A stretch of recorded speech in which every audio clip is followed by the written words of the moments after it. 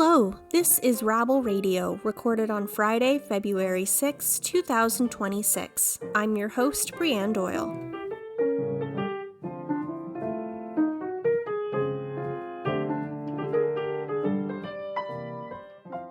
Rabble.ca shares with you the news of the day through a progressive lens. If you're curious about what's happening in Canadian politics, labor, the environment, and beyond, you've come to the right place. This is news for the rest of us. Thanks for tuning in.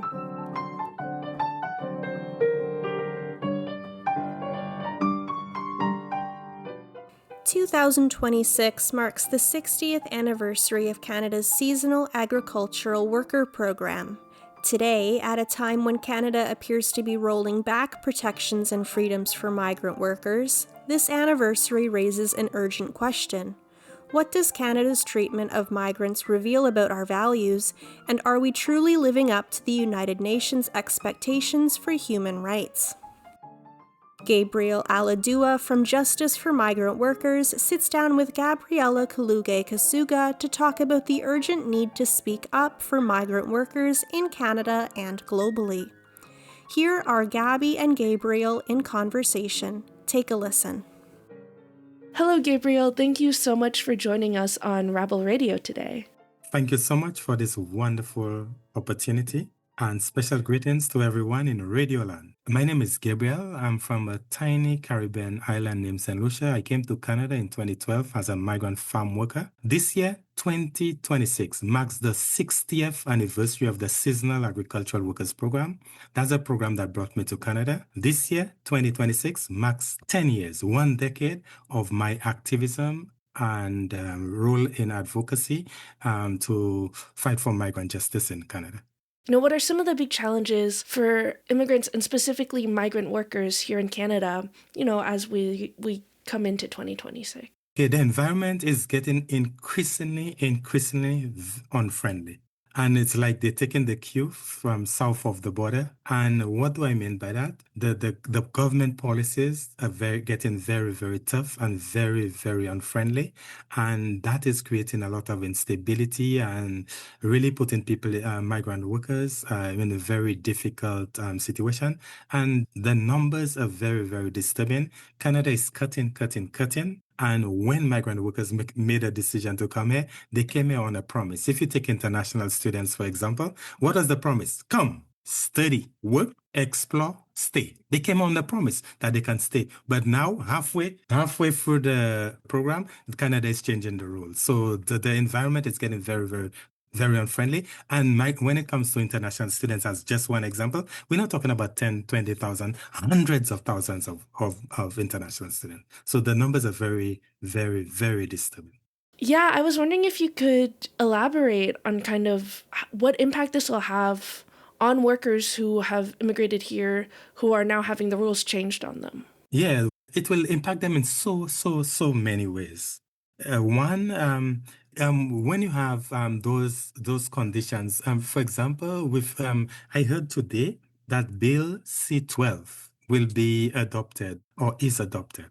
And when you have a bill that empowers people to even withdraw your application for permanent residence, when you have a bill that empowers the authorities to basically, I would say, to trample over migrant workers, that is very, very, very disturbing, and that is not the kind of Canada that we know. But Europe, USA, Canada, North America is very, very anti-immigrant, and we know south of the border, the kind of rhetoric that's coming there is really fueling the fire, and it is really, really anti-immigrant, and yes, it is really destabilizing people. And who are migrants? Migrants are coming here not freely because of difficult neoliberal policies in their home countries that creates high unemployment. They come here to basically provide for their families. I'm thinking that they're coming to greener pastures where, the conditions are better. And especially they choose Canada. Why? We hear the challenges in the US, but we don't hear the troubles in Canada because Canada has a culture of silence. But in our home countries, no news is good news. So we don't hear the troubles in Canada. So we think we come into a better place by choosing Canada. only to find out, or only when you get it, to find out those policies are really unfriendly and they destabilize you, they prevent you from supporting your families and basically keeping you in a situation that is vulnerable, forces you to be submissive, forces you to be compliant. And now it is taking away whatever little avenue you have to live here. And not just live here, it's also an opportunity for you to access rights. By applying for status in Canada, not just the opportunity to live here, but it also gives you the opportunity to access rights. Because in Canada, everything can be accessed, but with status. If you have status, you can access healthcare. If you have status, you can access this. If you have status, you can access that. And this opportunity is being taken away. And I'm just saying it's difficult conditions for people and really real instability. You mentioned something that I think is very important as well, is that people are coming here not completely freely, but out of necessity to support their families because of policies back home that might cause high unemployment and things like that. So when this avenue to come here to support your families or to stay here and support your families are taken away, what impact does that have on, a worker and their family back home? Let me put it this way. Jamaica, I'll use Jamaica as an example. Jamaica is well known for tourism. Lots of tourists go to Jamaica. It's cheaper, it's closer, and so on. But I was surprised when I heard remittances from migrant workers to Jamaica. It accounts more to the GDP than the net effects of tourism in Jamaica. What does remittances mean? Remittances from migrant workers, what does it mean? One, it provides money for schooling, for education of the children and their families back home. Two, medical support for their families. Free food. Four, utilities and the daily expenses. Four, shelter. And five, like in Jamaica, we had a super hurricane recently. In the Philippines, we had a super typhoon to provide those cushion for families back home. When those remittances are no longer available, what does that mean? Usually a migrant worker coming to Canada is a breadwinner for the family, a breadwinner. So when that breadwinner is taken away from the family, what do we have? What is resulting? What do we have resulting? One, the breadwinner, by losing a breadwinner through difficult policies in Canada, it means that the writing is on the wall for the family. No money to buy food, for schooling, for education, for healthcare, and so on for the family. So what does that mean? That's a recipe for poverty. That's a recipe for family instability. And what does that mean? It just drives you further into the grounds of poverty. And that's what it is. That's what it is. That the country that you saw as an opportunity for a way out for your family, a better life for your family, is taking that away from your family and basically drives you straight into poverty. And that is a very, very difficult tablet, a very difficult pill. That's a very difficult thing to bite. I wanted to shift the conversation because we've kind of been talking about this a little bit about, the growing anti-immigrant sentiment, and especially the situation happening in the United States with increasing violence and repression against migrants. I guess my first question is pretty broad, which is just like, what is your reaction to seeing all this news come out about this anti-migrant and this sentiment and this violence? Yeah, my initial reaction is, I don't know. It is based on race. It's people from the global south that are affected the most. They are the ones carrying the country. They are the ones doing the dirty work, the difficult, dangerous, deadly, dehumanizing work. They are the ones carrying the country, and they are the ones impacted the most. That's one. Number two, you can see a lot of funding goes into policing and border control and so on. A lot of money, a lot of resources goes into that, rather than resources going to support the people who are vulnerable and marginalized or create better standards of living. The resources are placed into policing the borders and so on, and that is very, very, very disturbing. So a lot of resources is directed towards the border, control the border, and it is based on race, and that is very, very disturbing.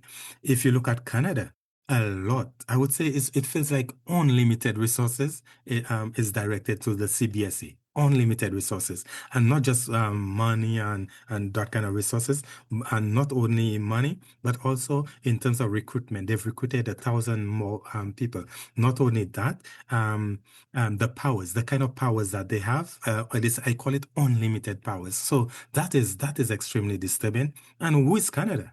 When I say who is Canada, compared to the US, we are underpopulated. We are underpopulated. So what was the first? But yet still, we cannot talk about that without bringing Ukraine in the conversation. Canada is telling people from Ukraine, any amount, come, any amount, any amount. And it is well known that over 300,000 people from Ukraine were welcome and they fitted nicely. They never caused problems to the housing crisis or the high cost of, no, they fitted in nicely. No comments about that. But when it comes to migrant workers, during the election, after the election, they are the ones that have been scapegoated and blamed for the high cost of housing, all the problems. But the 300,000 plus Ukrainians, they fitted in nicely. No problem, no headaches with that. And that people need to be aware of that and to be awakened to that, because migrants, they do not have a voice. So it's easy to blame them. It's very, very easy to blame them. And look at that again. So much money in Canada, if you look at the last budget, so much money is directed towards, they call it national security, and I call it war. And the civil service, the public servants, the public services, a lot of cutbacks in essential services. And where's that resources? Where's that money being placed into? I call it war. They call it national security. So these are very, very important. It's not a case where Canada don't have the resources, but the question is where they put in the resources, what becomes a priority. And what the politicians are happy to tell me, this is not an issue in the riding. This is not an issue. So if we're not aware of it, you don't call your MPs, your MPPs, and so on. They're happy with that because that's not an issue. And what do they like? When we are quiet about things. Our silence. Our silence is very powerful. That's what they like. Our silence. On whose side is our silence? Never the side of the tormented. It's always on the side of the tormented. So we need to wake up to that and speak up, because Canada has a culture of silence, and we need to break that silence, because if you keep quiet, you're just supporting the status quo.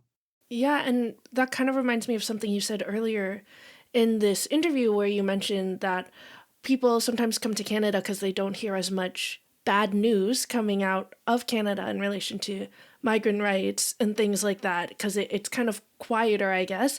How can we, really raise awareness about that? What are some of the things that people should really be talking about? How can we raise awareness? There are multiple ways. I would say 101 ways that we can do that. 101.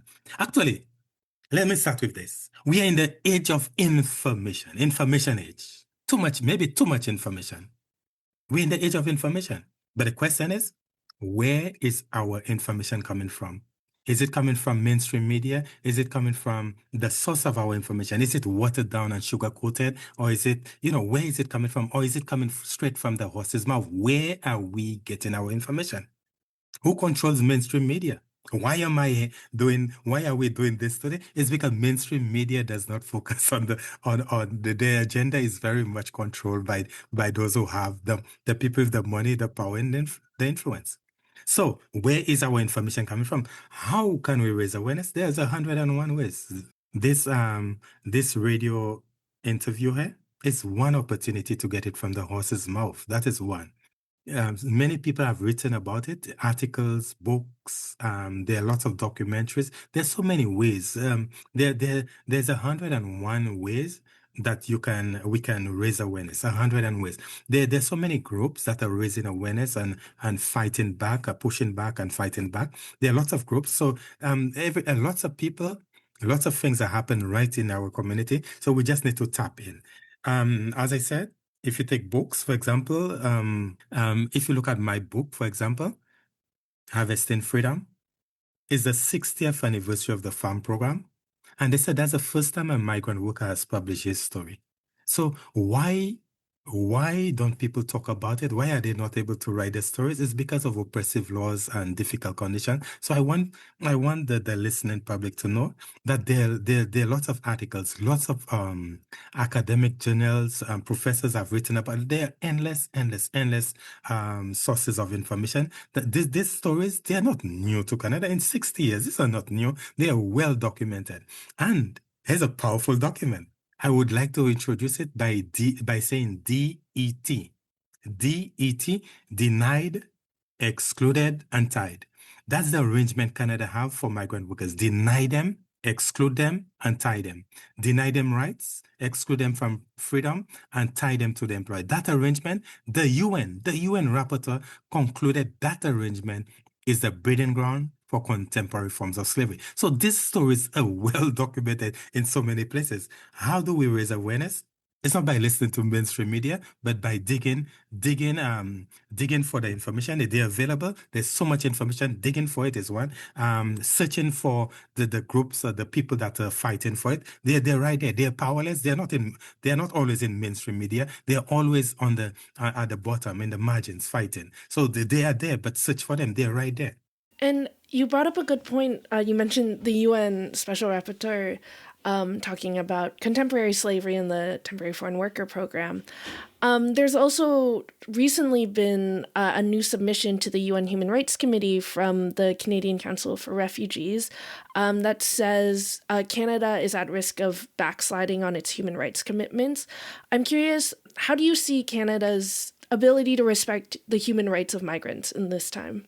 The ability. Okay, first of all, I would like to say many years. I always wondered why Canada, whenever they were running for positions on certain committees at the UN, they were struggling. They were struggling behind certain countries in Europe, like maybe Sweden, Switzerland, or so on. They were always struggling behind those countries. They were always struggling. On the world stage, I always had the impression Canada has a good image, a champion for human rights, a safe haven for people in difficult situations. But why do they have to struggle? Only when I come here and when I arrive here, I'm discovering, and up to now I'm learning about Canada's role. Canada have policies that Canada is very consistent. If you tell me a year, I'll tell you a program. Canada consistently have programs that dehumanize and exploit people. Canada is very consistent with that. That's one. Number two, in 1982, that's not 20 years ago, that's not 40 years ago, over 40 years ago, Canada implemented the Charter of Rights and Freedom, the Charter of Rights and Freedom. What is Canada saying? Everybody who comes to Canada, everybody who live in Canada have rights, have freedom. It's like we are going to our grandmother's house. Everybody in the family, every member of the family have rights to that house, have freedom in that house. That's what Canada is saying. Look at the policies. Look at the policies. By denying migrant workers, excluding them, and tying them to the employer, they're preventing migrant workers from accessing those rights. And what is Canada doing about it? They always react. And in whose favor do they react? Always in favor of the employer. Canada is falling short.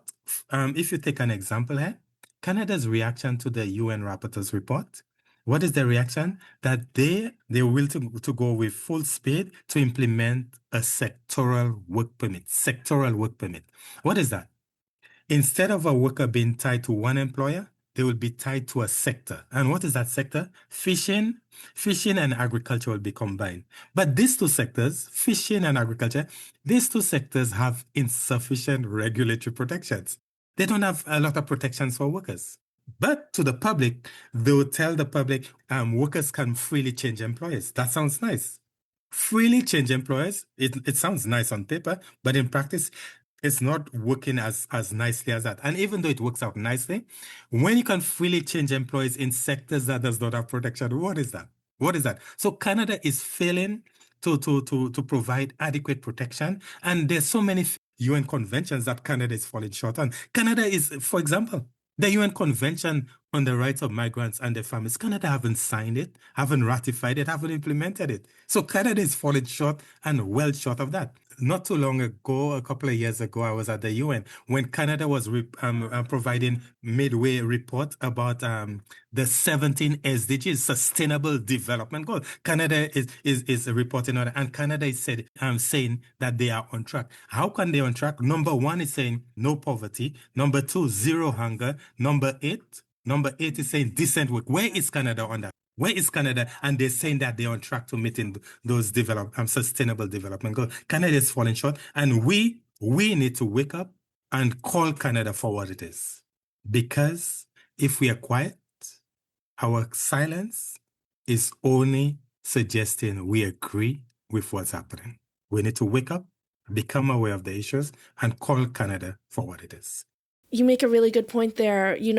People are very much focused on, the anti-immigrant violence happening south of the border, but just because it's not as boldly in the open in Canada does not mean it's not occurring here as well. And I think you raise a really good point that we should all be fighting back. What would you want to see in terms of, people coming together to fight back?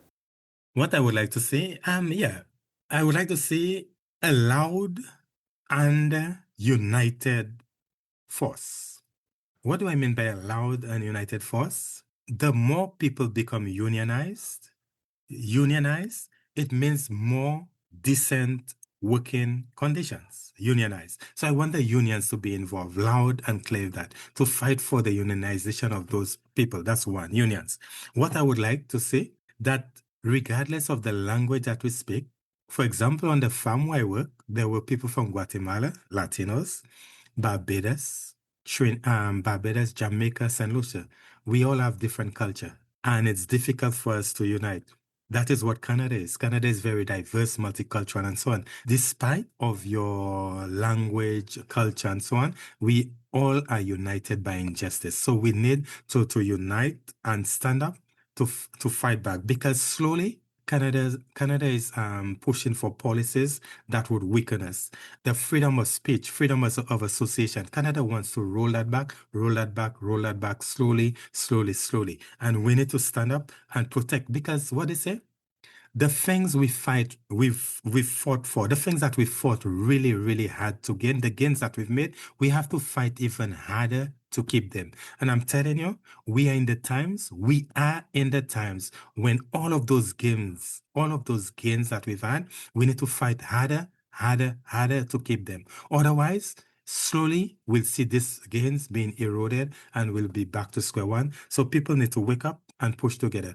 I might have a big mouth or a long mouth, but I'm only that one person. But collectively, we are a force, because what the politicians do not want to see, we workers stand united.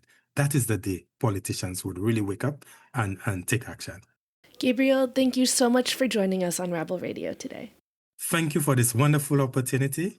And to each and everybody, there's power in your hands. There is power in your hands as a consumer. There's power in your hands as a voter. There's power in your hands because you have a skill, you have a talent. What is that skill you have? What is that talent you have? Use it, wake up, connect to it, and use it to create a better world, a just world. There's sufficient resources in Canada for everybody to live a dignified life. But there's not enough for 1% of the population of Canada. So there's never enough for that 1%. We need to wake up and create a fair and a just society. That was Rabble labor reporter Gabriela Calugay-Casuga and Gabriel Allahdua with Justice for Migrant Workers. Thanks so much for that, Gabby and Gabriel. And now, this is our In Case You Missed It segment, where we review the top stories from this week on rabble.ca. Here is Rabble editor Nick Seabrook. Take it away, Nick. Thanks, Brianne. Starting this week with labor news.